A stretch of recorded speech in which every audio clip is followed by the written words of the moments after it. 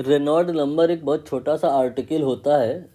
यहाँ पर पूरा कंसेप्ट उसका कवर हो जाएगा इसी क्वेश्चन के मार्फत। पहले तो रेनॉल्ड नंबर का यहाँ पे एक फार्मूला होता है। ये फार्मूला लिखा हुआ है, इतना आसान तो नहीं है, दिख रहा होगा, याद नहीं कर पाएंगे हम आसानी से। और पूछा यही गया है इन चार में से बताओ कौन सा फार्मूला है रेनॉल्ड नंबर का। मतलब पूछते हैं फार्मूला रेनॉल्ड नंबर का और याद हम कर नहीं पाते हैं। तो सल्यूशन क्या है, हम लोग समझ समझ करके नहीं याद करते, इसलिए याद नहीं होता। तो अब हम समझेंगे थोड़ा, फिर यहाँ पर इस एक्सप्रेशन पे आएंगे तो वो याद भी हो जाएगा। पहली बात तो आप यहाँ पर ये जानो कि रेनॉल्ड नंबर किस लिए बनाया गया है। होता क्या है कि जब लिक्विड फ्लो होता है तो उसका ऑलवेज जो फ्लो होता है स्ट्रीमलाइन नहीं होता। जैसे आपने सुना होगा ना कि नदियाँ बहुत उफान मार रही हैं। उफान मारने का मतलब क्या है कि वो एक ऐसा मान सकते हो पैटर्न फॉलो नहीं कर रही हैं, उसमें टर्बुलेंस आ रहा है और इधर उधर भाग रही हैं, इसलिए वो जो नदियां हैं कहा जाता है उफान मार रही हैं।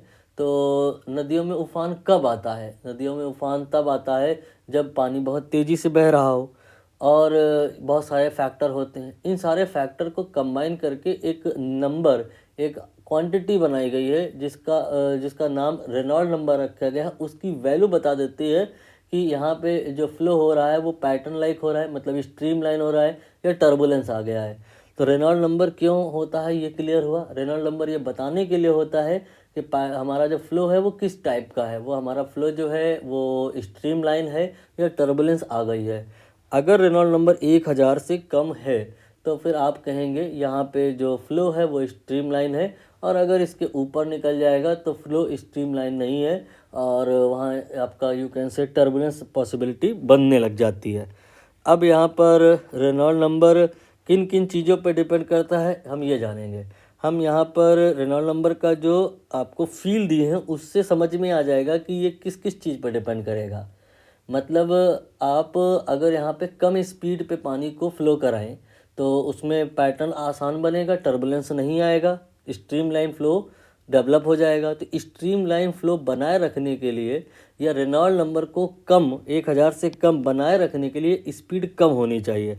तो आपको यहाँ पे क्या समझ में आया, जितना वी कम होगा रेनॉल्ड नंबर आर ई उतना ही कम होगा, मतलब R E proportional to V. बात नंबर 1 ये क्लियर हो गई। और आप गेस करिए डेंसिटी से इसका क्या रिलेशन हो सकता है। फॉर एग्जांपल हम यहाँ पर पानी ना लें, मरकरी लें, तो मरकरी आपने सुना ही नहीं होगा कि इसको कभी फ्लो कराया जाता है। पानी को ही ज़्यादातर फ्लो करवाते हैं क्योंकि ज़्यादा डेंसिटी की जो चीज़ें अगर आप फ्लो करवाओगे तो रेनॉल्ड नंबर वहाँ ज़्यादा बन जाएगा, और रेनॉल्ड नंबर वहाँ अगर ज़्यादा आ जाएगा तो जो फ्लो है उसमें टर्बुलेंस पैदा हो जाएगा। तो जितनी कम डेंसिटी की चीज़ें, जितनी हल्की चीज़ें फ्लो करेंगी उतना ही उनको फ्लो होने में इजीनेस आएगी और वहाँ पे जो फ्लो होगा वो स्ट्रीमलाइन होगा, रेनॉल्ड नंबर कम होगा। तो again we have proven that कि जो रेनॉल्ड नंबर है उसका डेंसिटी से ताल्लुकात है और वो डायरेक्ट है। मतलब कहने का जितना आपका यू कैन से डेंसिटी कम होगा रेनॉल्ड नंबर उतना ही कम होगा और फ्लो उतना ही स्ट्रीमलाइन की तरफ अप्रोच करेगा। और इसके बाद में एक और कहानी हो सकती है ट्यूब का डायामीटर। आप पानी को अगर बड़ी बड़ी नदियों में बहता देखो तो आपने देखा होगा चांसेस ज़्यादा हैं कि उसमें टर्बुलेंस आएगा। मोटी चौड़ी चौड़ी नदियाँ जो होती हैं उनमें क्या कहते हैं टर्बुलेंस ज़्यादा आता है। कुछ कुछ नदियाँ मानी जाती हैं शांत स्वभाव की होती हैं, उनमें तूफान और बाढ़ ये सब कम आया करता है, बट कुछ में ज़्यादा आता है। उसका कारण क्या है, जो आपकी अगर कोई ट्यूब है और वो बहुत पतली है उसमें पानी को इधर उधर भागने का मौका ही नहीं मिलेगा, सीधा जाएगा और सीधा निकल आएगा। तो टर्बुलेंस की संभावना तब होगी जब इसका डायमीटर बढ़ जाएगा। मतलब lesser the diameter lesser will be the chance of turbulence, या you can say more streamline flow. तो मोर स्ट्रीमलाइन फ्लो या लेसर रेनॉल्ड नंबर ये तब होगा जब डायामीटर जो होगा वो कम होगा। यहाँ पर डेंसिटी को हम डी से ना लिखते तो सही रहता, क्योंकि डी हम डायमीटर के लिए लेने वाले हैं। तो रेनॉल्ड नंबर और डेंसिटी में क्या कनेक्शन, ट्यूब डायमीटर में क्या कनेक्शन हुआ, समझ आया। जितना कम डायमीटर होगा रेनॉल्ड नंबर उतना ही कम होगा और स्ट्रीमलाइन फ्लो बन पाएगा। ये 3 बातों से ही आंसर समझ में आ जाएगा। आंसर बहुत पहले दिख गया था बट मुझे कंप्लीट करना है रेनॉल्ड नंबर की थ्योरी, इसलिए मैं आगे और प्रोसीड करूँगा, विस्कोसिटी की तरफ कहानी को ले जाऊँगा। यहाँ पर विस्कोसिटी के बारे में आप सोचिए, क्या ओपिनियन है, ये ज़्यादा होना चाहिए या कम होना चाहिए? ज़्यादा होने पे फ्लो कैसा होगा, टर्बुलेंस होगा या स्ट्रिप लाइन होगा? इसके लिए बेस्ट एग्जांपल है अपना जो ब्लड होता है, उसको ही हम इमेजिन करें। ब्लड जो होता है ये काफ़ी ज़्यादा विस्कस होता है। उसके कारण पर तो हम अभी नहीं जाना चाहेंगे, न जाने क्या क्या होता हो, तो मुझे जानकारी नहीं है। प्लेटलेट्स वगैरह होती हैं और आरबीसी होती हैं, डब्ल्यूबीसी होती हैं, जिनकी वजह से विस्कोसिटी जो होती है ब्लड की काफ़ी ज़्यादा होती है। और विस्कोसिटी ज़्यादा होने से आपको क्या लगता है, ब्लड का जो फ्लो होता है वो टर्बुलेंस होता है? हमारी जो धमनियाँ होती हैं, जो नसें होती हैं, वीन्स, उसमें जो खून होता है वो शराफत के साथ बहता रहता है या वो उफान मारता है? उफान अगर खून मारने लग जाएगा तो हमारी बॉडी का क्या होगा? खून तो तरीके से चलता है, पैटर्न बना के चलता है, स्ट्रीम लाइन फ्लो होता है।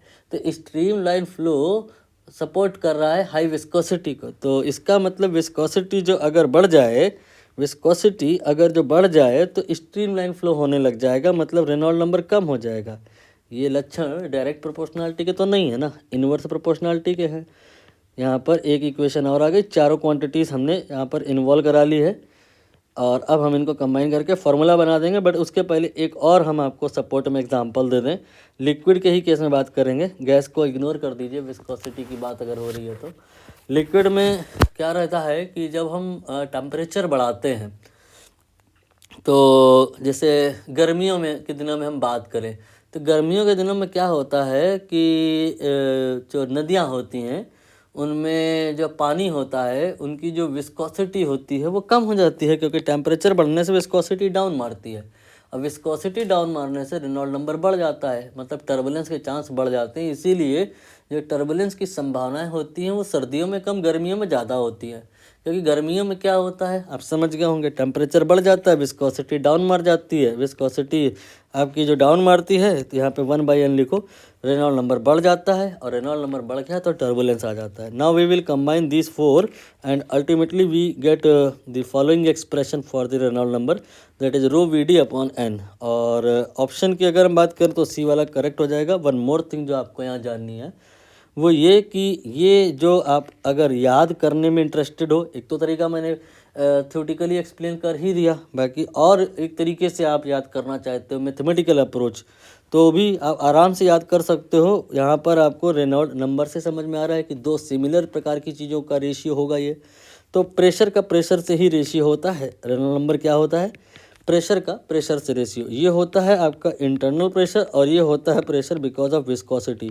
इस विस्कोसिटी वाले प्रेशर का या प्रेशर कह ले या स्ट्रेस कह ले का जिक्र न्यूटन्स लॉ ऑफ विस्कोसिटी में आपने किया था। दैट टाइम आपने कहा था कि जो F/A होता है या जो P होता है वो ईटा वेलोसिटी ग्रेडियंट V/D के बराबर होता है। तो यहाँ पर आपने रखना होगा ईटा देन V/D, और ये जो इंटरनल प्रेशर होता है वो ρV² के बराबर होता है।